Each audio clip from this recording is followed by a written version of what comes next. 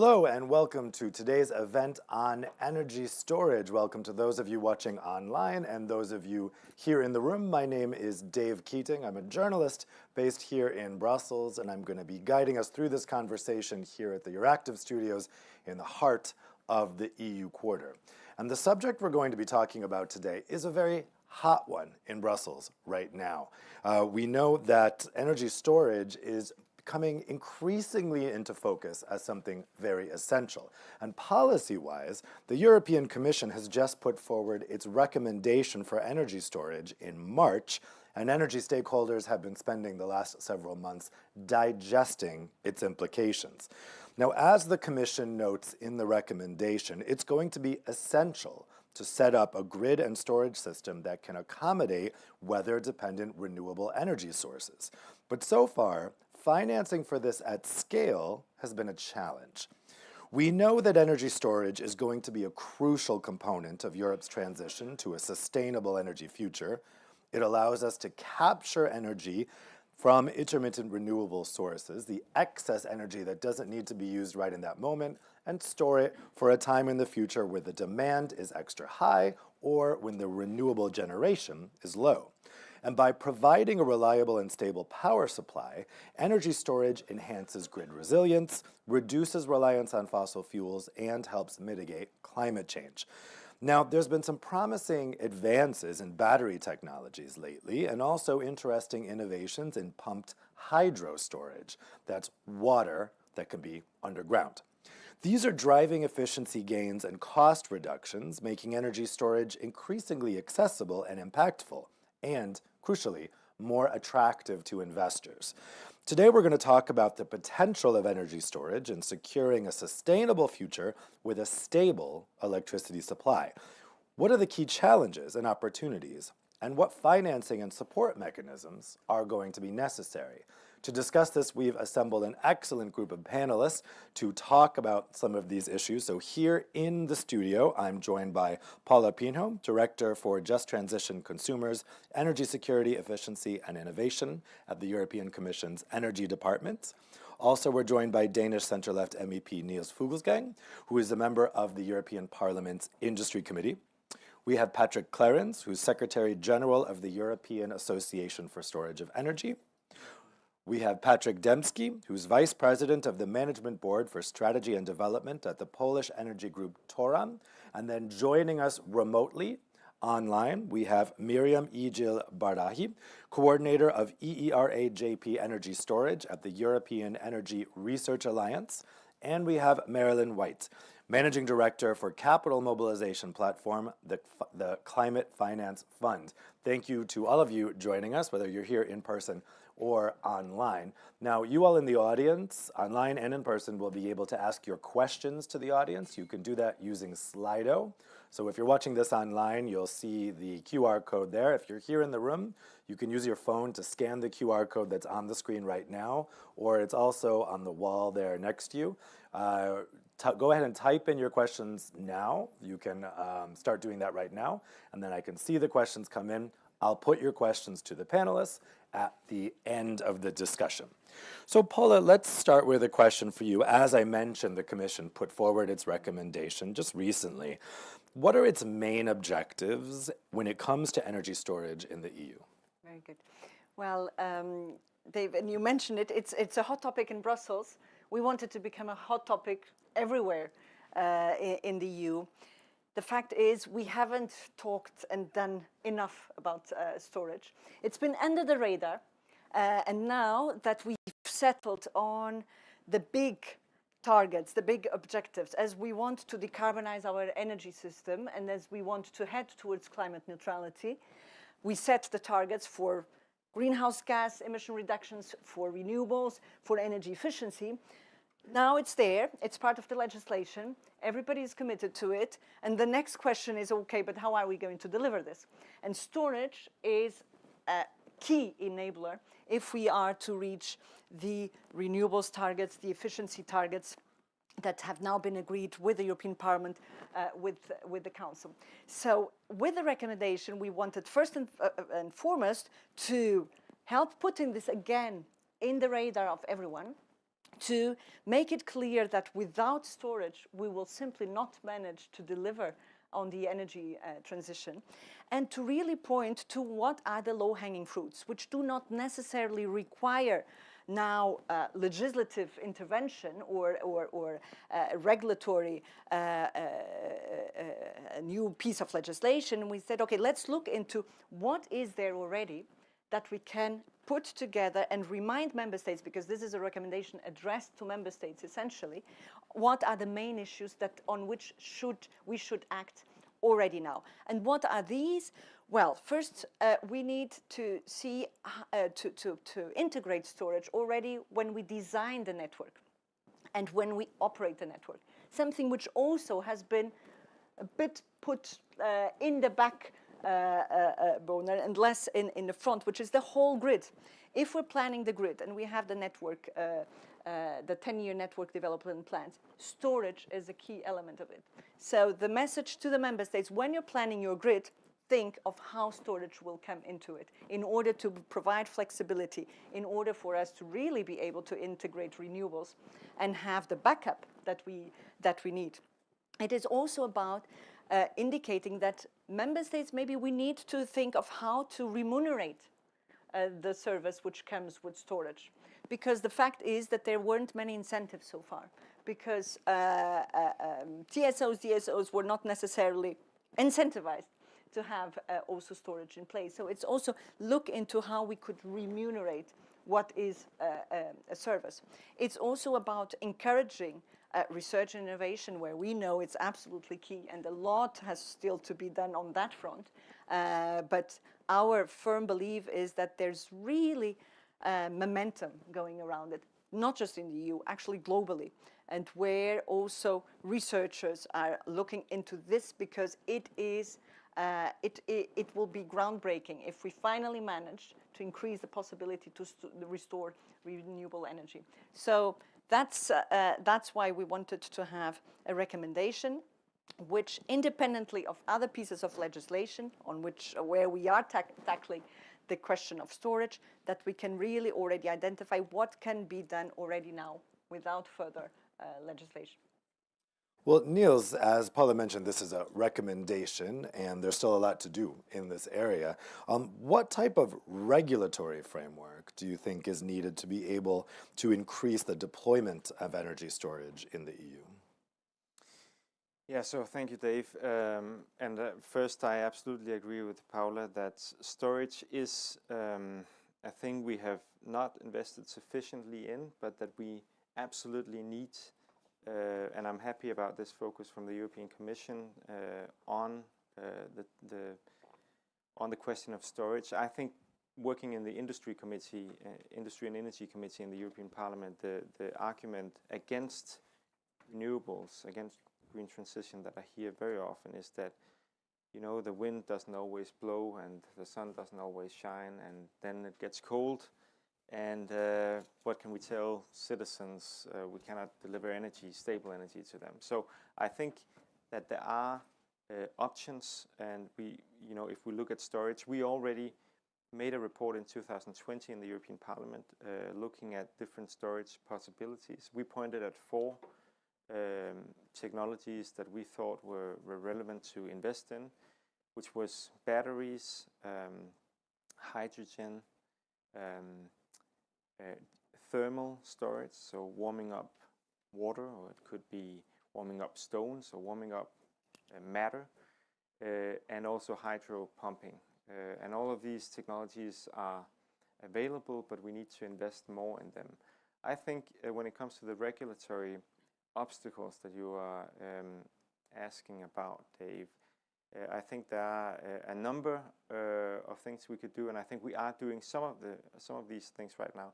One thing that I hear often is the question of double taxation, that you actually, if you produce energy, you are taxed, and then if you store it and then sell it on later in the future, then you're taxed one more time. And that destroys the business case in some cases, so that we don't have the necessary investments in storage. There are many let's say, factories or enterprises that are thinking about, I know from my own country, to invest in storage in order to also be able to sell energy further on down the road. But some of them are saying, well, it's not worth it because then we're taxed. And now I think my own country, Denmark, we've recently changed these double taxation rules. So we are realizing that it wasn't a very good idea to have that. But I think that varies very much in the member states, how the taxation, and some of them still have double taxation. So I think that's one important thing that we need to look at. I'm not sure what we can do about that from an EU level. The taxation policy is member state authority, but we can certainly encourage member states to look at this. Then I would also point at we have just adopted the Energy Efficiency Directive. And here we have for the first time managed to have the principle which we call the Energy Efficiency First principle made legally binding. So it means that when member states plan new energy projects, they need more energy perhaps, and they consider expanding the energy production, having more wind turbines, having more production. They need to first make the analysis, can we actually achieve the goals that we want to achieve by, instead of increasing energy production, then increasing energy efficiency. If we could make storage possibilities better, if we could make the grid system more flexible, perhaps we have actually the energy we need, but we just need to stop wasting it and store it instead, and then use it when it pays off. So I think that's, I hope, we just adopted, it was signed last week, the Energy Efficiency Directive, and was just published. And now I hope, it's our hope that the Energy Efficiency First principle will also push these storage solutions. So Patrick Clarence, you're representing the people who are implementing these solutions. What do you think is needed in terms of a regulatory framework, and how can this go hand in hand with financing solutions that get these projects actually done? Thank you for inviting, and thank you for your question. So one point is very clear. If you want to achieve, and Paolo said it, the targets of 2030, 2050, without exploding the costs, we need to have energy storage in the system. It's not possible otherwise. Today, we pay billions, we all consumers pay billions in Europe for curtailment and redispatch of renewable energy sources. And we want to triple the PV until 2030, and we want to double at least even more the wind until 2030. We will not build double as much lines by 2030. So if you want to have the cost reduced for the consumers, curtailment, redispatch, if you want to avoid wasting electricity, like Niels just said, energy efficiency, so we make a lot of renewable electricity, why do we waste it? Why do we curtail? And if you really have a park next to a wind park, which is not turning because you had to curtail it due to the grid, I'm not sure that the population will accept that you build a second one next to it because they don't see the need for this. So it is mandatory that we manage to increase the consumption of this green and indigenous energy which we produce. Therefore, we need lines and flexibility, but also energy storage, which can be deployed very fast. But it is not clear for the moment if the investor should invest in energy storage or in wind or photovoltaic, because there's a lot of support schemes still around, and they are known, they are used to this. Storage is new. The first movers made a lot of money in the last years, because the more volatile the electricity prices gets, the more you can earn money with energy storage. The energy storage part therefore reduces the peak prices by releasing electricity in the system when the prices are high. So therefore you have more supply and the prices go down. And when the prices are very low, we get it out of the system so that we're ready for the next injection. So storage in a large scale has a role to play in there. But the cost, and like Niels said, the double taxation is killing the business case for a lot of these. So it's twice taxed as consumption, once when you store it, once the final consumer has it. Then the grid cost is another question about it. And finally, for the market design, and the Commission proposed it now also, it's very good, about having the transmission system operators, the distribution system operators, not only looking at the capital expenditure they have to do, but also at operational costs they have to do.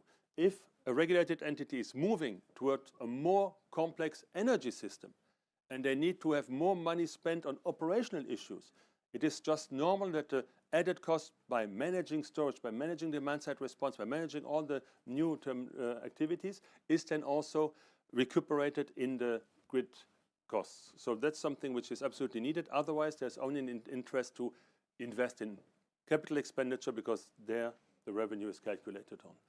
So we need a signal, and the Parliament asked in 2020 for energy storage strategy very clearly in their own initiative report. We have seen that the Commission says it's a good idea to maybe look into this. And we have seen that some member states have targets and come very clear forward with what we need for energy storage. If we want to have the same drive and visibility for investors as we're in the renewables and the prices went down fast, then we need to do the same for energy storage. We need to have a European, very clearly endorsed by every member state energy storage strategy. Well, let's go to our panelists joining remotely.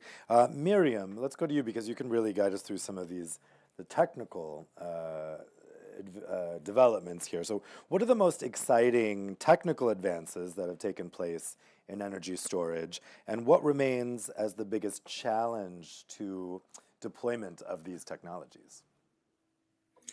So good morning, everyone. Also from my side, can you hear me well? I hear Yes. a kind of echo. Okay. Also from my side, thank you very much for inviting me as part of the European Energy Research Alliance, and my apologies for not being able to join you there physically in Brussels. So regarding your question, while talking about the most exciting technical advances, I would say most of us think about lithium-ion batteries and power electronics, right? Why? Because they have had a huge impact in our society, in our smartphones, laptops, tablets, and now are allowing low carbon transport, e-mobility, as well as the integration of renewable energy into the grid.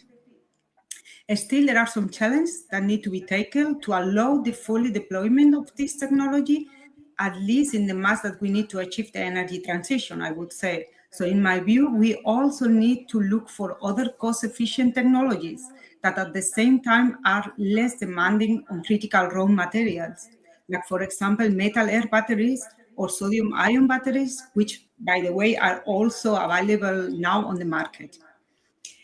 But not only batteries, other energy storage technologies, such as mentioned before, pumped hydro, hydrogen, power-to-X, flywheels, thermal storage, and most important, the interplay of these technologies will have a crucial role for the further development of the energy system. Because we need to develop storage solutions that first offer flexibility to the grid, mentioned before as well. Second, can store energy on different time scales, and this is also very important. Depending on the application, we need one or another energy storage technology, and at the same time are much more efficient and economic than already existing storage solutions. So I would also like to highlight that one of the biggest challenges to achieve a clean energy transition by 2050 remains seasonal energy storage, which means we don't know how to save the energy for the winter, because so far we have been using fossil fuels, and this has to change if we want to decarbonize Europe.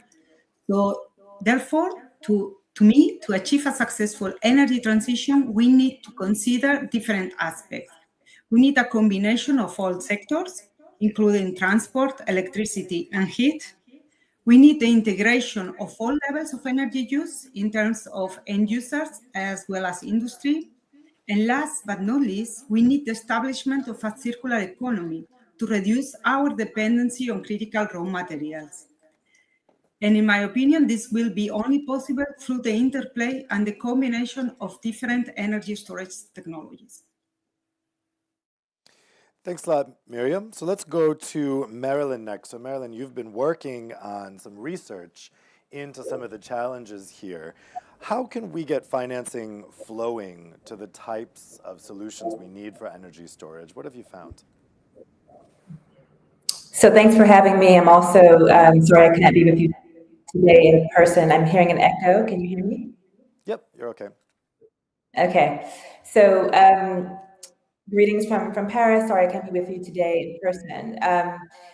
So yes, we have been backing a number of initiatives, a number of studies at the Climate Finance Fund that touch on this issue. First, let's take a step back and really paint a picture as to how investors approach energy storage.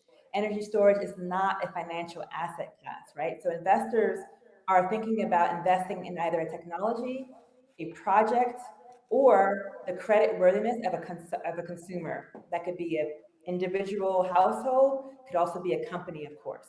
So really, you have to think about how would an investor actually approach this sector called energy storage. And so what is the new technology that's going to have the high growth and the breakthroughs? What is the project? Does it pencil out? What are the incentives for that project to actually bring the returns the investor is seeking? And for the credit worthiness of the consumer, well, if they're a low-income consumer, for example, how can the government and other actors step in to render that possible, for example, through heat pumps and other behind-the-meter type of storage? So let's go back to the basics. Other people have mentioned already today, there are these 5 different kinds of energy storage possibilities. So you have gravitational, or pumped hydro, chemical, in the form of mostly lithium-ion batteries, but other compositions as well. Mechanical, so that's flywheels or compressed air energy storage, and thermal, including the stones and the salt that was mentioned earlier. And what we believe is not valuable and that has been overly hyped is hydrogen storage. So really, in 2022, there was about 4.5 gigawatts of battery storage in terms of new capacity in the European Union. That's not anything to brag about. China, for example, did almost double that in the same period. And that's fine. That's part of the overall 5 different categories, but we're seeing an underinvestment in the other kinds of energy storage possibilities, including pumped hydro and including mechanical and thermal storage. So that's just the kind of landscape of how an investor, especially from a technology perspective, would approach the sector. The second aspect of investing in energy storage in the European context, in any context, is being aware that there are already these sacrifice zones. Sacrifice zones are areas in the broader community that are viewed by investors, by government, by the community, by the society as being able to be sacrificed because the people who are there are considered less than. And this is a big problem. So these new energy storage technologies, they can be helpful in reducing those inequities and so on, only if, as a part of the diligence criteria for investing, there is a recognition of the sacrifice zones and the ways that can be remedied. For example, there's a very famous landfill in Romania where Roma people live called Patarat. People are exposed to arsenic, lead, mercury, and other pollutants. So bringing in, toxic hydrogen storage may not be the best way to go. Perhaps consulting the community first and actually having an investment that works for both people and planet is the way to go. So that's part of the landscape that's needed.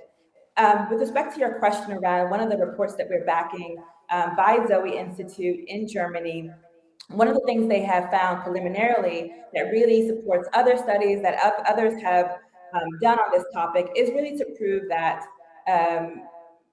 hydrogen does not have a role, has a very small role, if any role, and especially with respect to heating. So in the case of Germany in particular, only 10% of households are actually in any kind of zone where there's a planned hydrogen pipeline.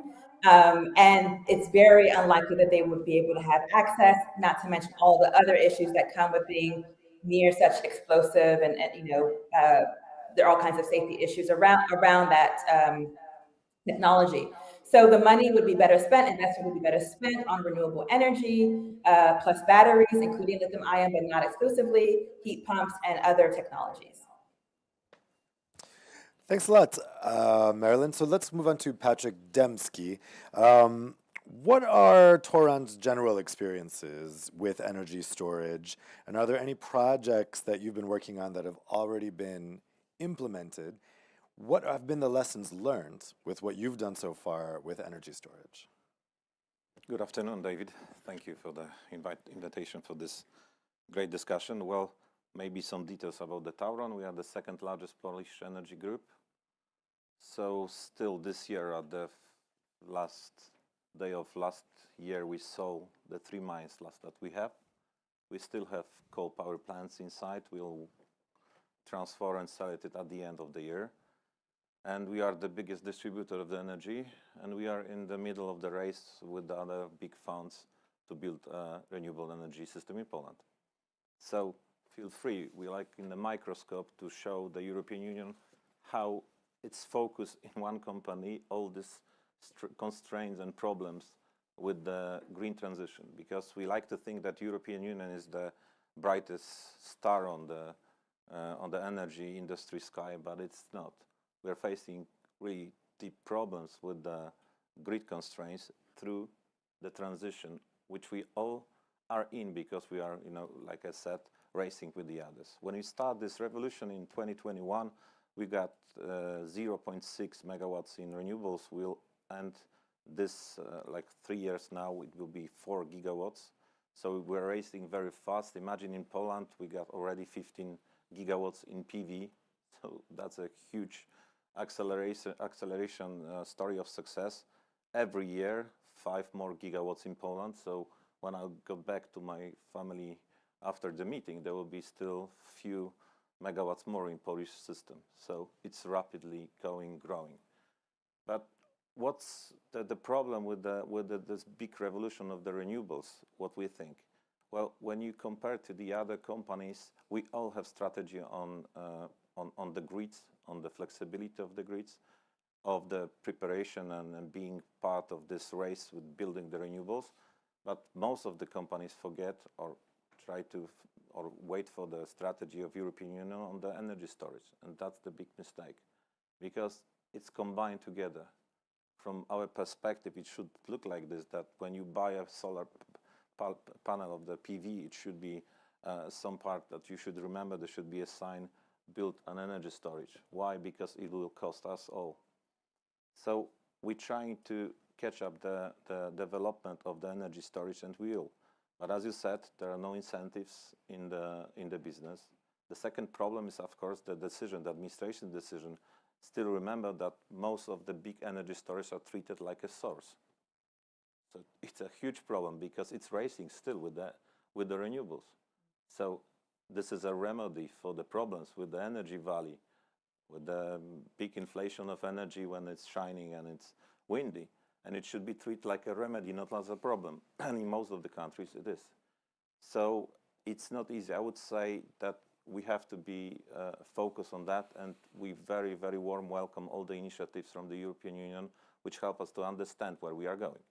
Because there was some good signs on the REPowerEU, some good significant signs in the red, but we're still waiting for the new perspective of energy market design and a big, great, complex, maybe not so resolving all the problems, but briefly prepared strategy for the energy storage. We need it. When you're facing the problems and when you're racing with all these big funds, like, I don't know, Australian pensions fund, Canadian pensions fund, US funds, to build the renewables, then you know that you're responsible for the security of energy of your clients. So you are not able to race as fast as them because they don't care about the energy transition, about the green turn, about the possibilities, about the responsibility on the market. They just want to earn the money or save the money through the inflation to their pensionary clients. But this is not our goal.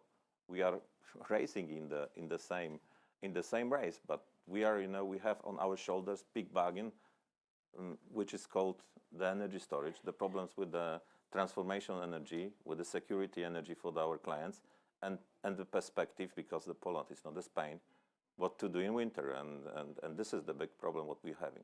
So this is the general case that, some people said that when we prepare strategy and we join the European, every constraints that we have will go apart.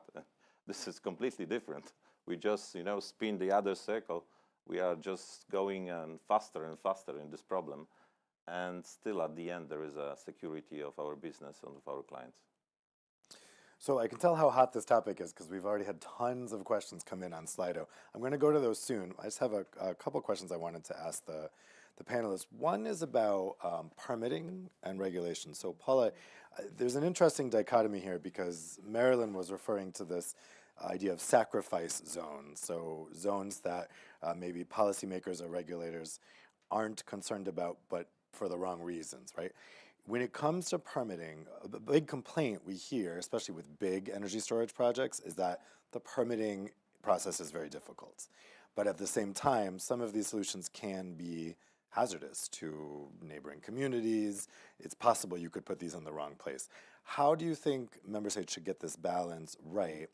And are there particular sites that would work really well for energy storage, say like a decommissioned coal plant or something where the infrastructure is already there? Yeah. Thank you, Dave. Indeed, this issue about the permitting and the acceleration of the permitting and how to balance the deployment of renewables, in this case also storage, while notably still respecting, of course, all the environmental framework. It's been one of the very, very hot discussions with the European Parliament, with the Council. So in the end, we did manage to have in the RED, which was now adopted, to grant the possibility to have accelerated permitting for energy storage, which is combined with renewable energy projects. So this is clearly a good step in the right direction, because it will allow to accelerate the permitting, while still bearing in mind, of course, that we are not questioning the need to comply with the environmental legislation. But it's been absolutely key, because we've seen it, and we've seen it in general when it comes to infrastructure, that very often the environmental rules have been invoked simply to delay projects. So you really need, as you say, to strike the right balance in making sure that, of course, rules are not abused, that an accelerated process is not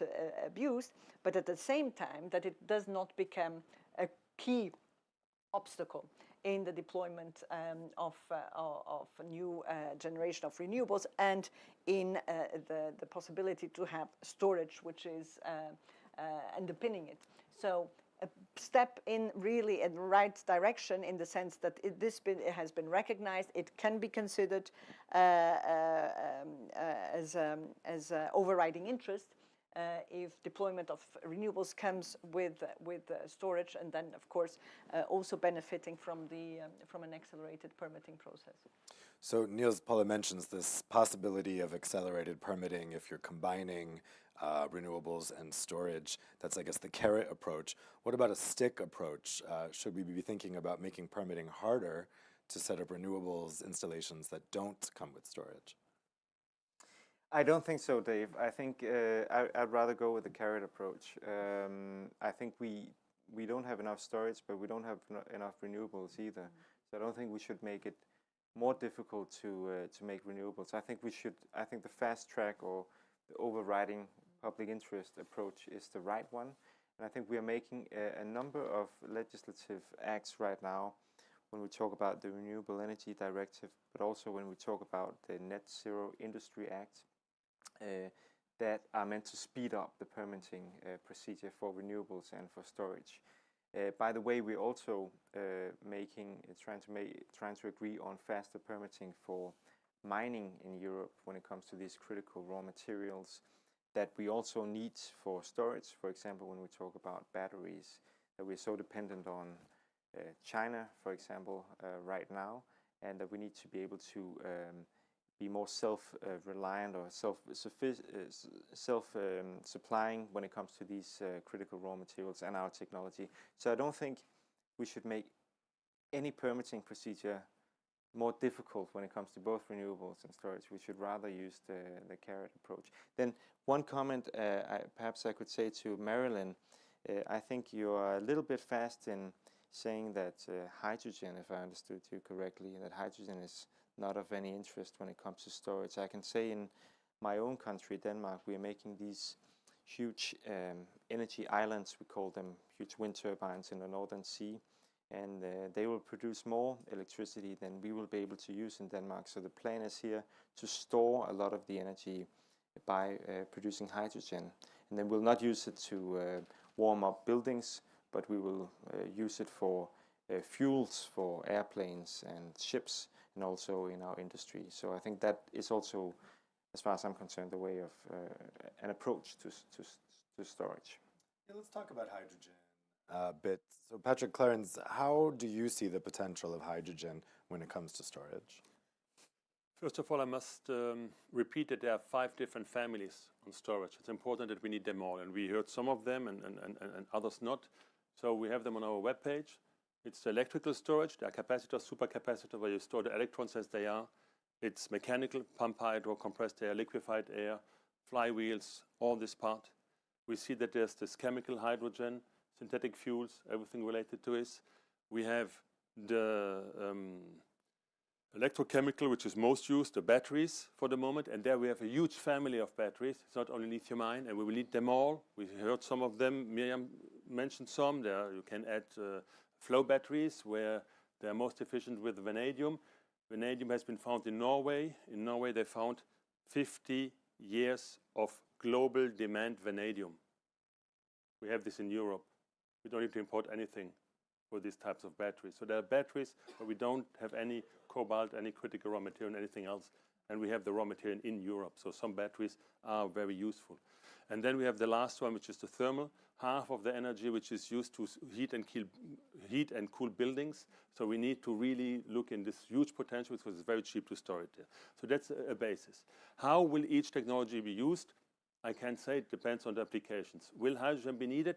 Yes, it will be needed.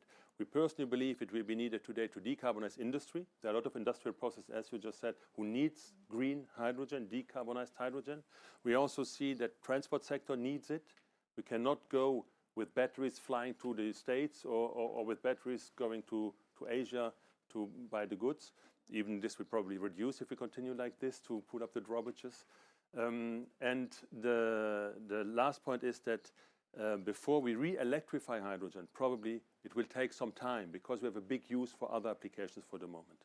So it has a role to play. Hydrogen is energy storage, is following the definition in the clean energy package, electricity in and any other part which stores the energy out. It's energy storage which is needed in the system, but it's not one technology of the 5 which will be the panacea in solving all solutions. We need them all.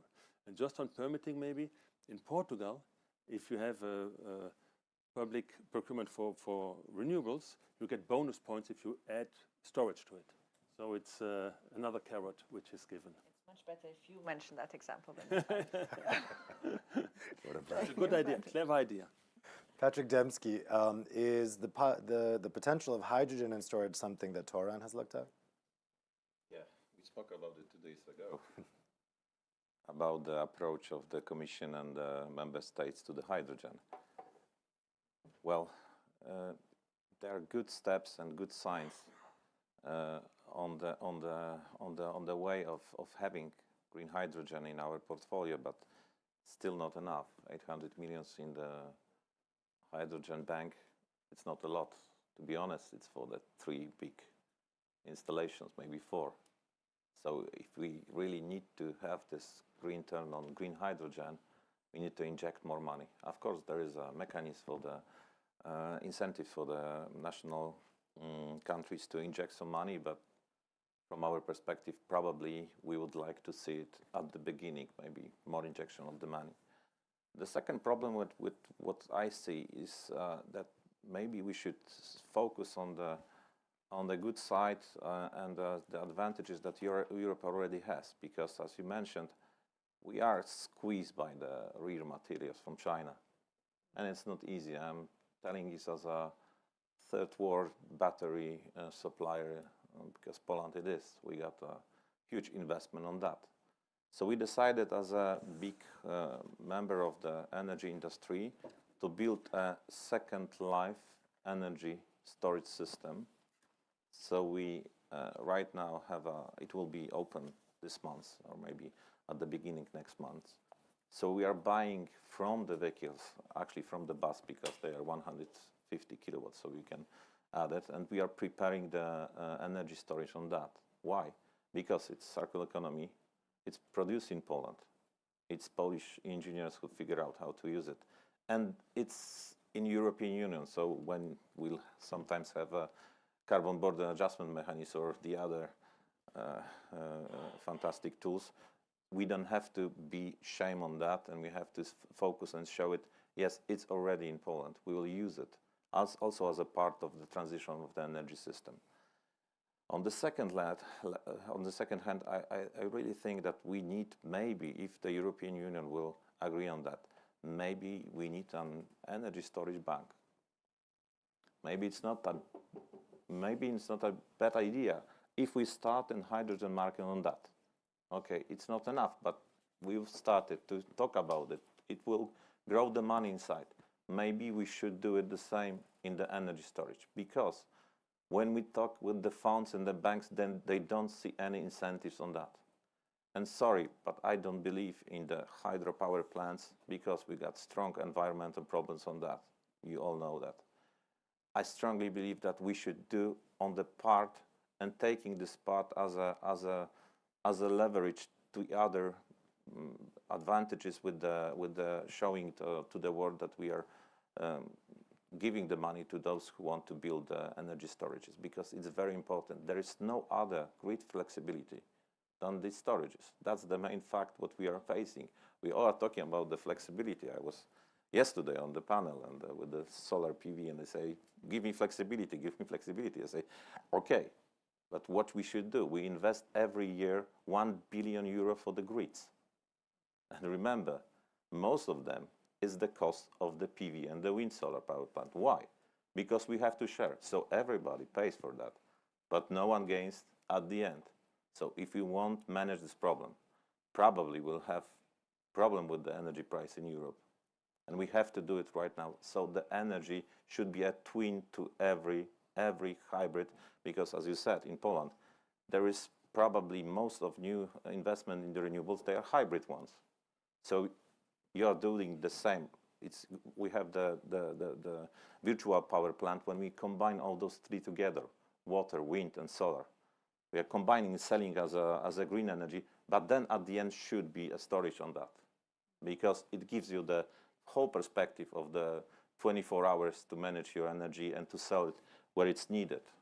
You know, every Monday in my job, because we are, developing economy very fast, and all the majors are building on our grids new investment in factories. Is like, give me 200 or 300 green megawatts.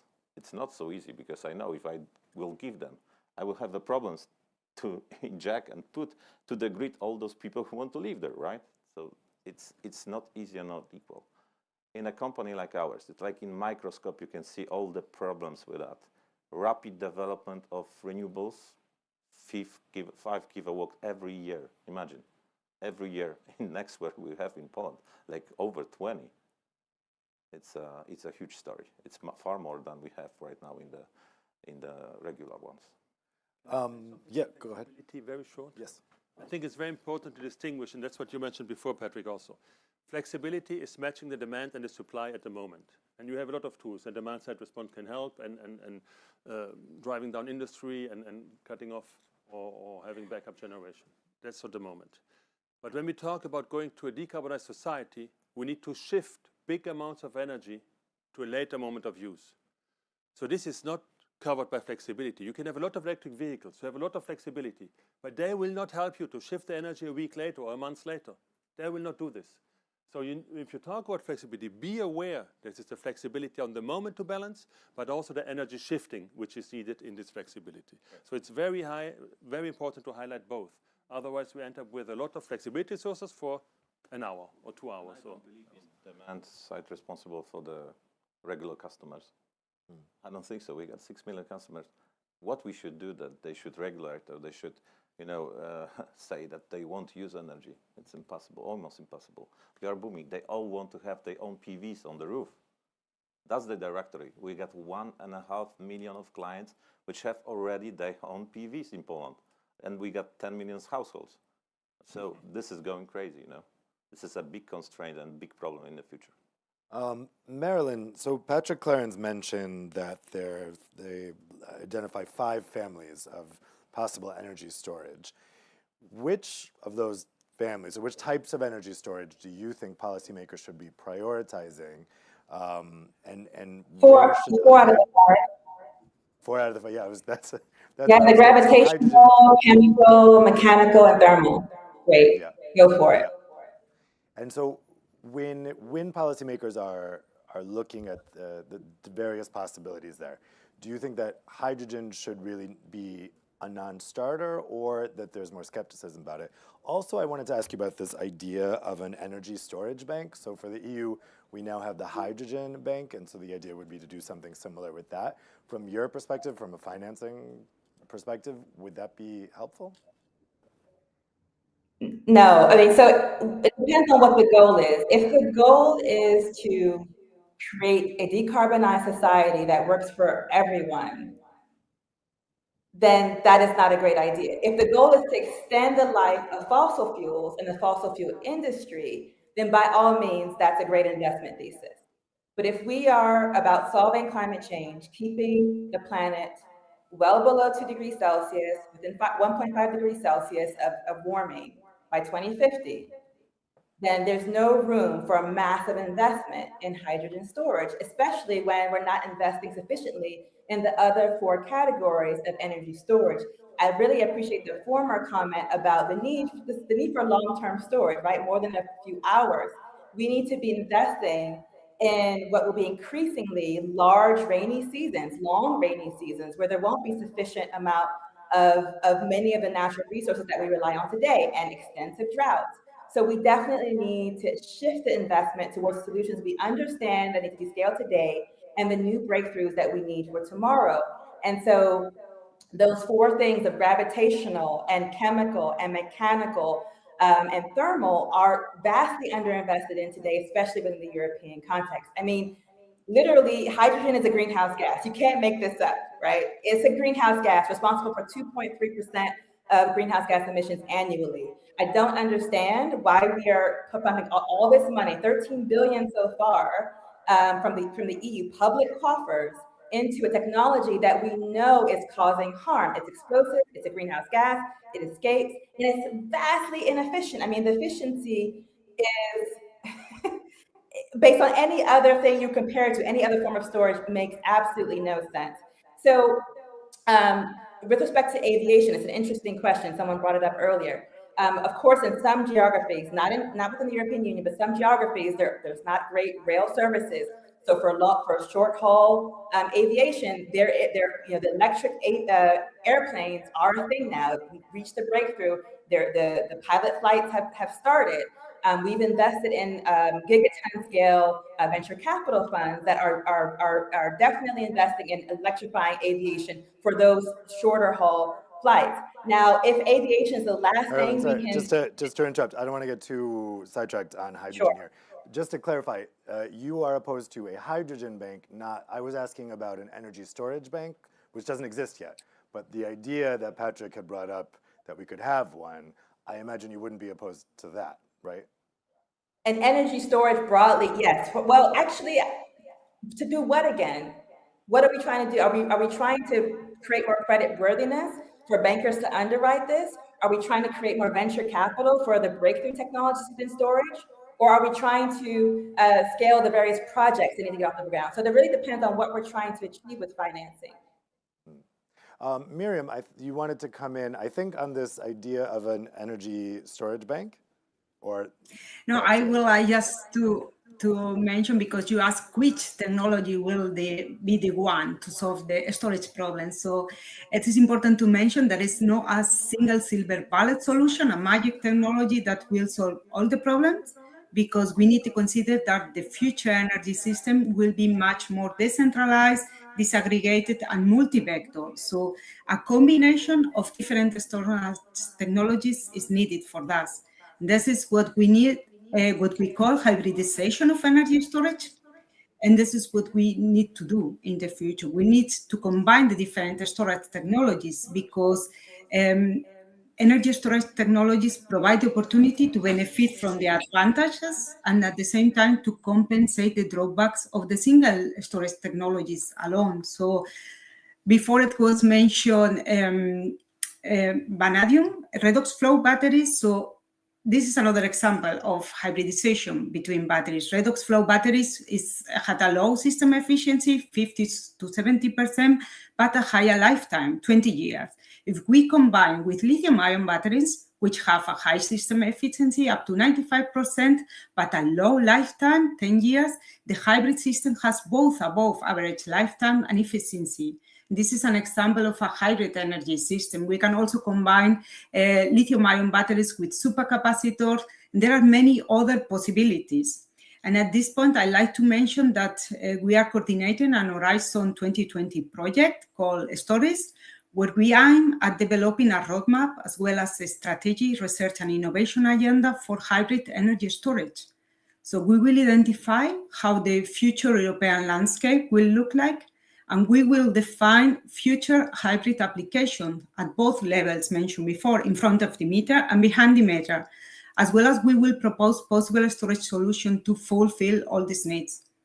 So I think it's very important that we don't claim in one only single storage technology, but we have to have the focus on all of them. Don't forget a single technology.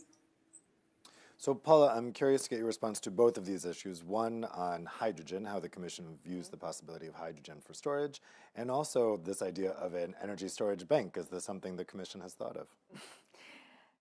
Thank you, and also for putting forward some ideas. Well, first of all, I fully agree that we need all energy storage technologies.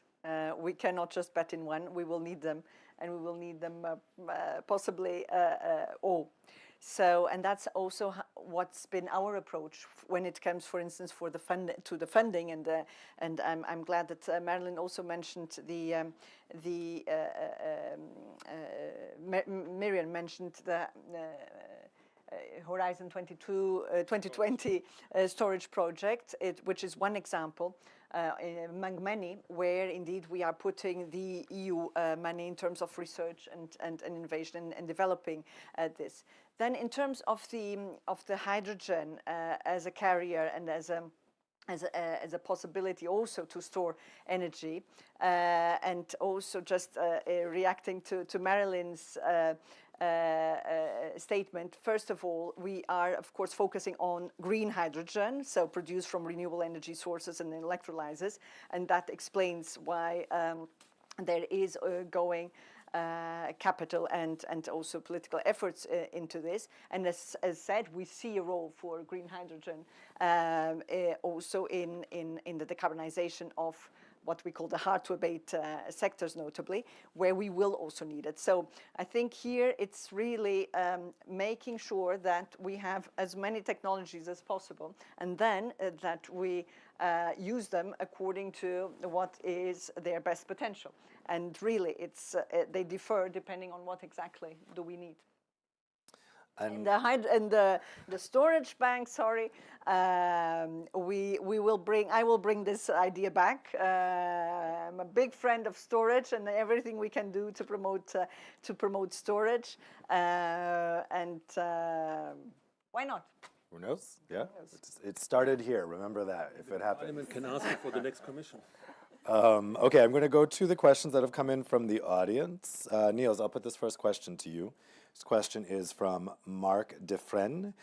Electricity storage is mainly the result of intermittency of renewables, wind and solar. How can the market be redesigned so that all the costs of storage are charged on the shoulders of these renewables, including a revision of the merit order? So should the renewables generators be the ones to pay for the storage of the excess that they're generating? I think I'm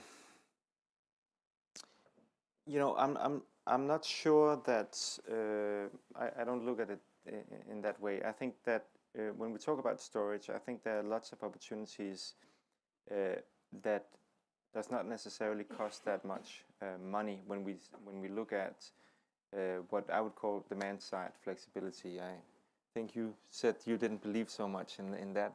I don't know if we were talking about the same thing. But if you look at, for example, people who have electric vehicles that can charge batteries when there's a lot of electricity, and then they can sell the electricity or put it onto the grid when there's not so much electricity. I think that doesn't necessarily cost a lot of money. That requires more flexibility or a more flexible system, and also perhaps some digital solutions so we can see when the price is high, when the price is low, when it makes sense to charge your vehicle, when it makes sense to sell energy. So I think for some of the solutions, I think we need more flexibility and some demand side responses. There are other examples, many other examples of demand-side responses that promote storage solutions. For other types of storage, well, you know what? I think when we look at the situation today, I think that fossil fuels are way too cheap compared to renewables because they don't pay the real price of the harm that is being done in the climate. I'm not so much in favor of putting more costs on renewables that they have to pay, a lot of money for this, for these storage solutions. I think rather that we should have a price on fossil fuels that represents the real price when we take into account the harm being done to the environment and climate, and perhaps some of those, some of that money that is being that we could add as tariffs on fossil fuels, I think they could be brought into storage facilities. But I'm not about putting extra burdens on renewable energy companies. I think that's what we need more of. So we don't need to put more burdens of those. We need less of the fossil fuels, and I think they need to pay more. Patrick Clarence, let me put that question to you as well. And I'll also read out, we had a reaction to the question from Mike Parr, who says, why should renewables be charged for anything? In response to that question, given it is an energy system change, what relevance do markets have? Given that markets are only price optimization mechanisms, they are functionally incapable of system change. What do you think? Should renewable generators be the ones to pay for energy storage? So the question is, there should be an internalization of external costs. And this question is debated since decades on all energy generation technologies. Always, always, always. So I don't have this for a bullet, but if you start with one technology, you do it with all technologies. So I'm not sure it will help us to get us forward. On the other side, this question will become more and more obsolete the more we move forward to a decarbonized system. We want to go to 100% renewable-based system, or not 100% renewable-based. We have also nuclear, which is in the projections, so carbon-free system. So we get more and more to a system where this question will not be relevant because it is the only generation source which we have in the system, so we need to accommodate this. So if we increase the price of this generation source, obviously the consumer will pay more. So if you increase the price of the transmission cost or the grid cost or whatever it is, or if we increase the price of the generation source as such, we'll not change the business a lot. So I don't believe in trying to make this exercise or the added value of this exercise at all. And regarding the second question from Mike, it's true that the market is sending an optimization signal, and the price can have an impact. Look at the price for renewable generation. Today, for a consumer, it is cheaper to have PV and batteries at home than to buy from the system. I'll quote you an example. A consumer in Germany pays roughly 14 cents for the kilowatt hour installed PV and batteries, 14 cents. And if he or she buys it from the grid, they pay 39 cents a kilowatt hour. So every kilowatt hour which I consume myself, I save roughly 19 cents because I would get 6 from the grid or 9 from the grid to buy it back. So it's an economic question for the consumer to put batteries and the renewables together and to stabilize it. So the cost is a factor who will drive also the change. We see that big companies putting storage in to reduce their grid costs, to be able to provide grid services. So the peak demand over the year from them is cut, so they pay less connection costs. So there is also a cost driver optimizing the decarbonization process because we invested so much into the renewables, and they are now the cheapest energy source. So my idea is to go on because we have no choice. We want to decarbonize. We need to decarbonize, and therefore we need the renewable generation, fossil fuel-free generation, and that's what we need to push. And all the costs related to them is part of the cost of doing business, of decarbonizing. Nobody, I think, believes that decarbonizing the society will make the cost of living cheaper, because a lot of costs, like the emissions, like the climate change and so on, have never been priced in. So we need to go forward in this direction. Well, we have another question about financing and who should pay. This one's for Patrick Dembski from Geza. How do you envision an open support from member states to TSOs and grid operators' OPEX costs if they have mostly a regulated market and grid fees? Difficult question, but I will also add some points what we mentioned today. Well, I was born in the Poland where there was a still communist country. So there was such a sentence, why the communists fall in Poland? Because they bravely fight with the problems that they caused by their own. Well, I don't want to be a prophet here, but we know we are causing the problems in the grid and in the energy system. Because we agreed on something, that we should go to the green economy with the steps, and we are still spinning and fasting the process. And it's fine, although the technology must be on the board, although the people must be ready. From our perspective, the last years, the energy system was simple. You got the power plant, you got the grid, you got the consumer. Now, it doesn't work like this. You got thousands of power plants, different ones, not synchronized, with the problems, with the different characteristic of the source, with the different attitude to the source, with the different purpose to build it. Not every source is built to produce energy. I don't know if you understand, but this is the true story about the future energy. So on the second level, you got still the same grids, because you have to invest more to inject more energy money, more energy from the renewables, and to back up it with the sources that are not even available in the next strategy. And on the third leg, you got a customer who is wise and smart and see, I will compare the prices, why I should buy the energy, which is so expensive from the energy company. Maybe I will produce it by my own. But this is not neutral to the system.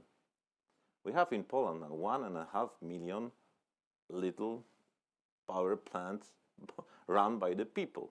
I always ask the people, do you want to be an electrician on the next shift? Because when you got an electric car, you got the storage, and you got PV, maybe some extra that you propose for the next next life. Well, maybe you will get married, maybe because it hits. So you have to calculate the energy that you have. And it's not easy. Most of the people think that they will live the same life before they install the PV. No, it is not. You have some duties on that. You have to be prepared that there will be some strains, some constraints on it, some stress in the grids. So from my perspective, I would say we need education. We need to stay in the contact with the clients. We need to help them to match the extra energy which is produced and now it's wasted. But it's not easy because it's their own energy, not ours.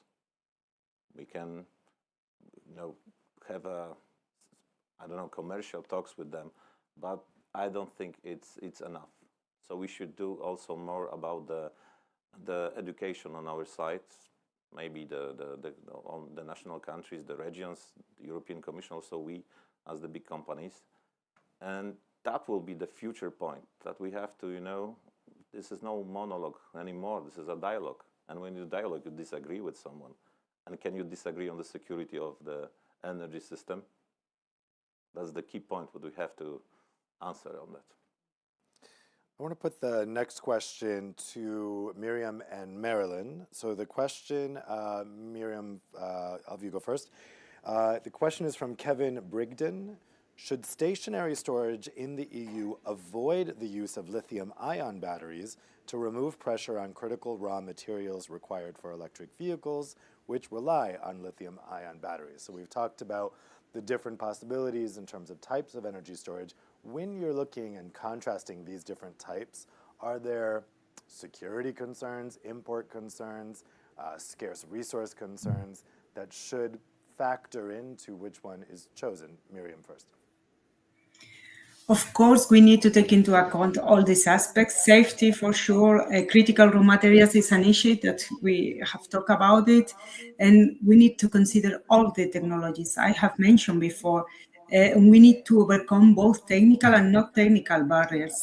From the technological point of view, depending on the sectors, we have different energy storage needs. For example, one aspect to take into account is the duration of storage, because you may need to store energy for a few hours, days, or a whole season. For example, stationary energy, if we want to save energy for the whole season. Another important aspect to consider is the time of reaction.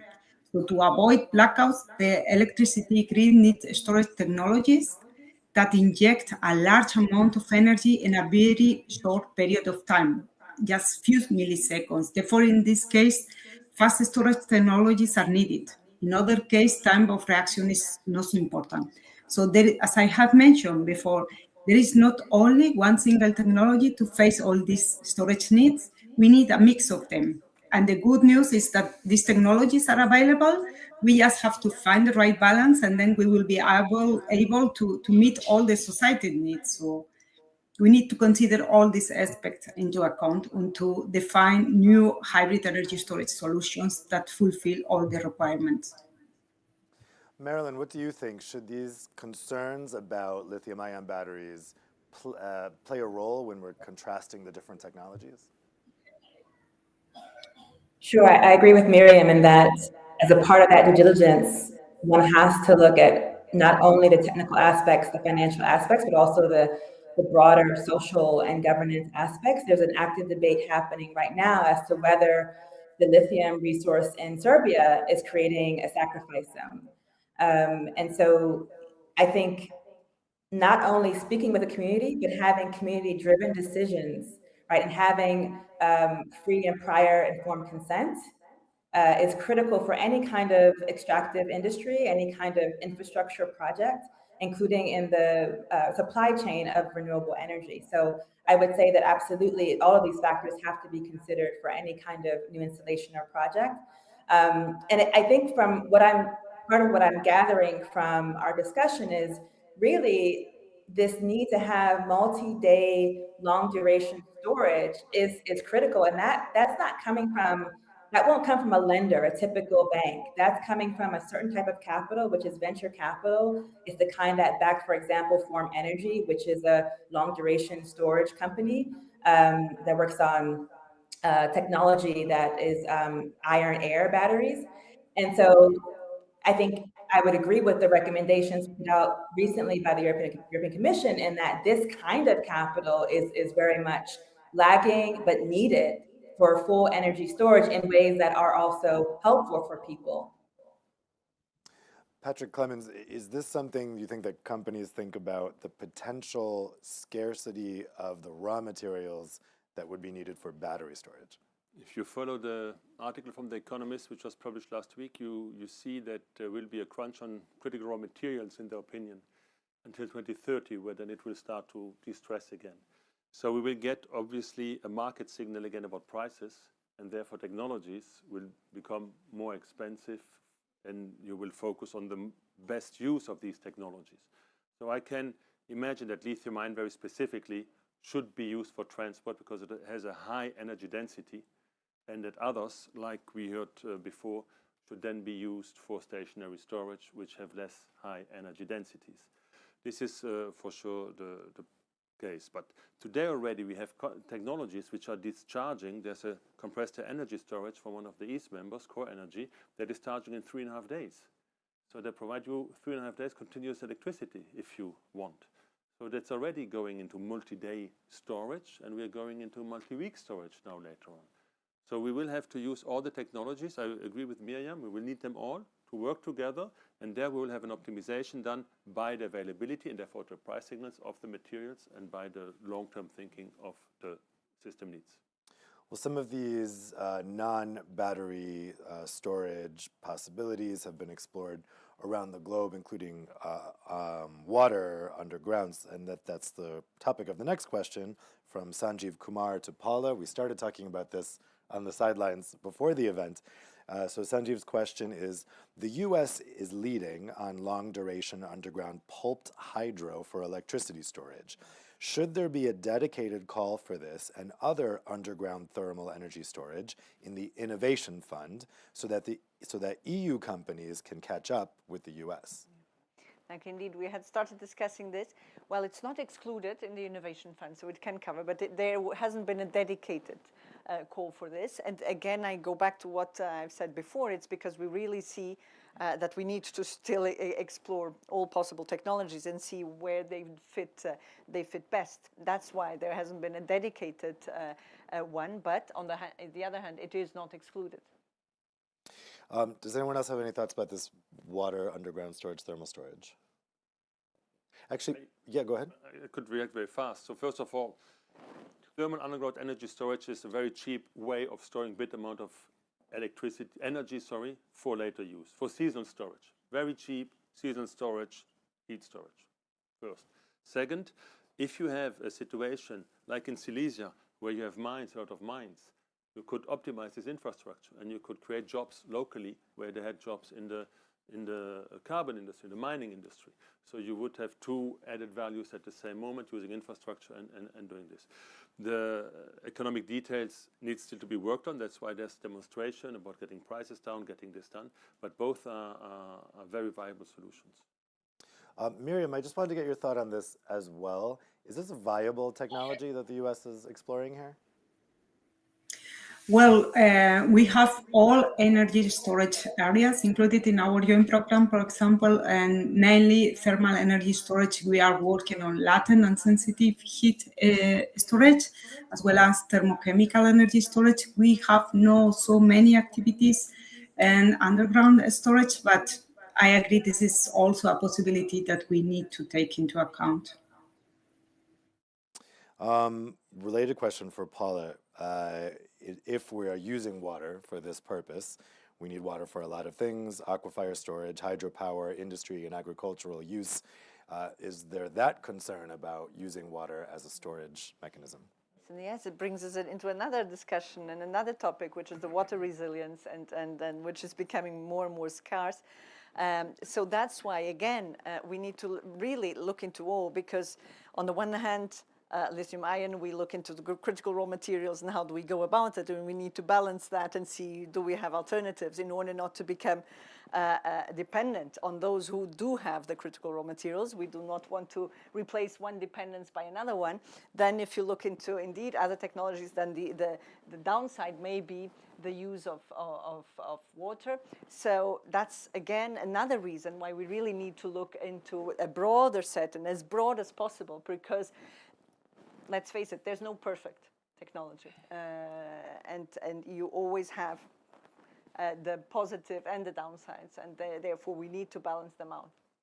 The only one that's the second life of the battery. This is the only neutral technology that we can choose. If we are the very large producer of the battery to the vehicles, we should use it. That's the only one. There is no single because when you look from the whole life of the project, right?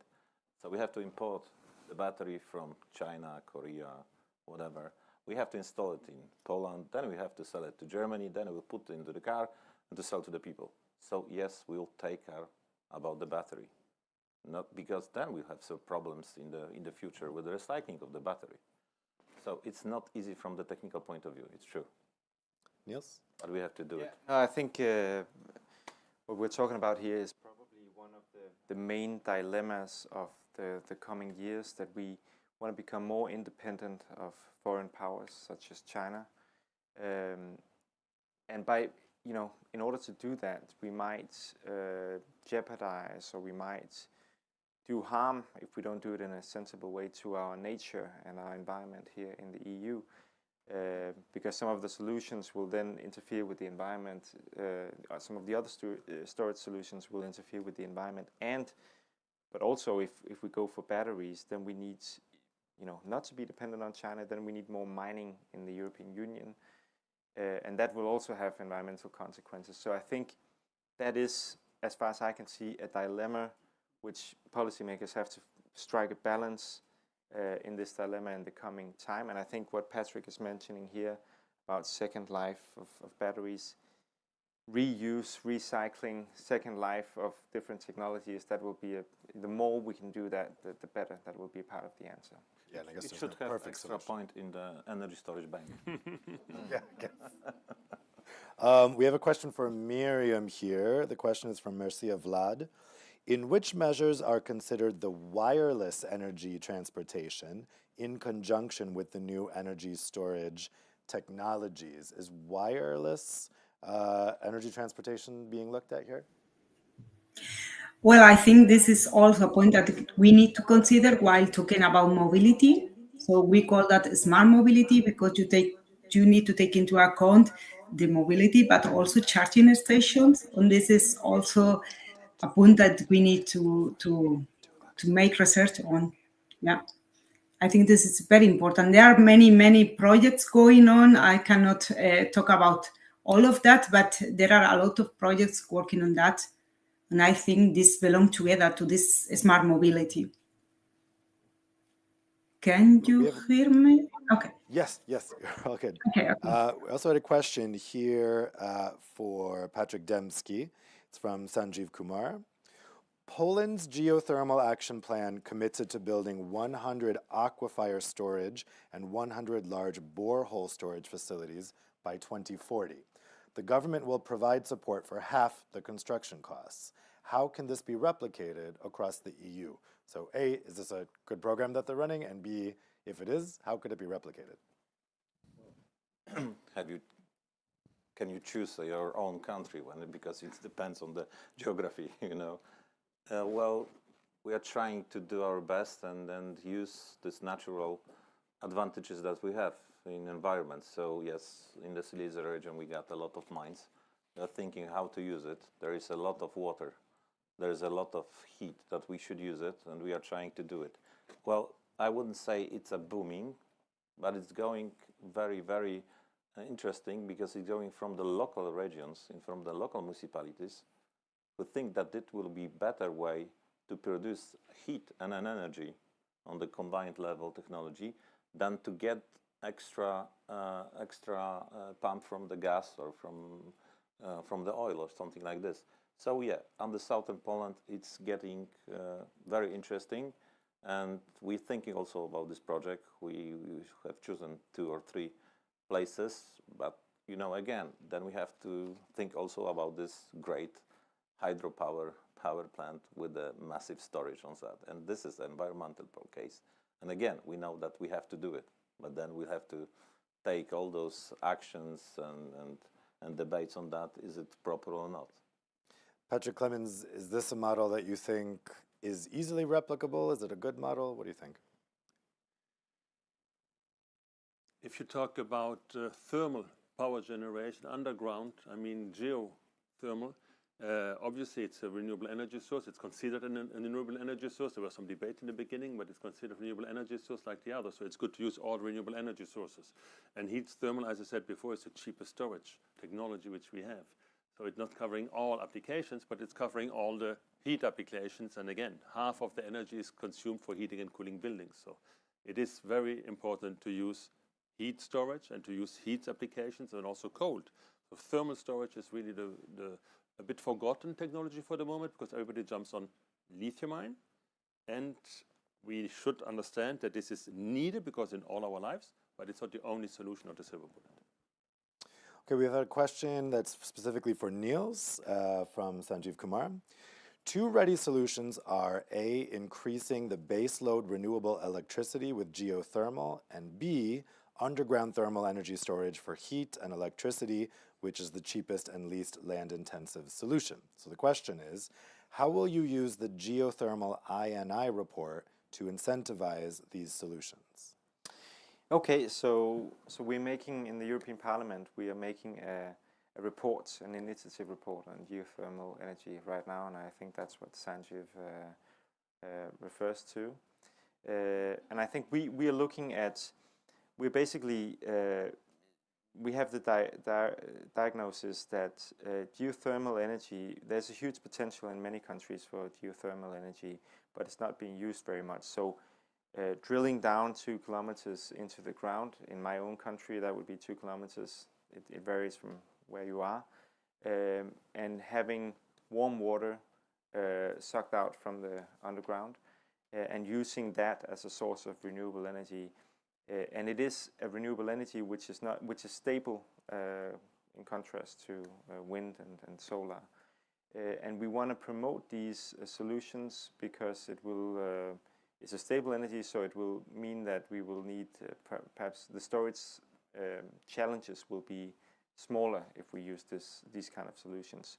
So we're looking into whether we could have the European Commission or from a European perspective, whether we could make a study on where is the potential.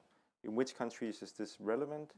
In some countries it will be very relevant. In my own constituency in Denmark, that they're making this geothermal solutions right now, and they believe that in 2025, so in 2 years from now, they will be able to provide the citizens of the city of Aarhus with hot water from geothermal energy. And in many countries where you need to have district heating for this to work, because you need to have a district heating net. In many Eastern European countries, such as Poland, for example, they have a lot of district heating, so that might be relevant here. But the first thing we need to do is to get the overview of where is the potential, which countries could benefit from this, and that is really the agenda we're trying to set with this initiative report. Well, that's all the time we have for today's discussion. I want to thank the panelists, both here and joining us remotely, for some really interesting interventions. I think, as I mentioned, this is a very hot topic. I can see there's still lots of questions that we didn't have time to get to. So this is something that's going to be unfolding. As we said, this is a recommendation, and there's a whole bunch of possibilities in terms of regulation that will be probably for the next term. But this is something that is going to be continued to be watched and continued to be discussed. I imagine in this room, again, we'll be discussing it again in the future. So thank you to all of you for joining us here in the room or online. Thank you to the panelists. How about a round of applause for them? And now, for those of you here in the room, I welcome you outside for a small networking break. Take care.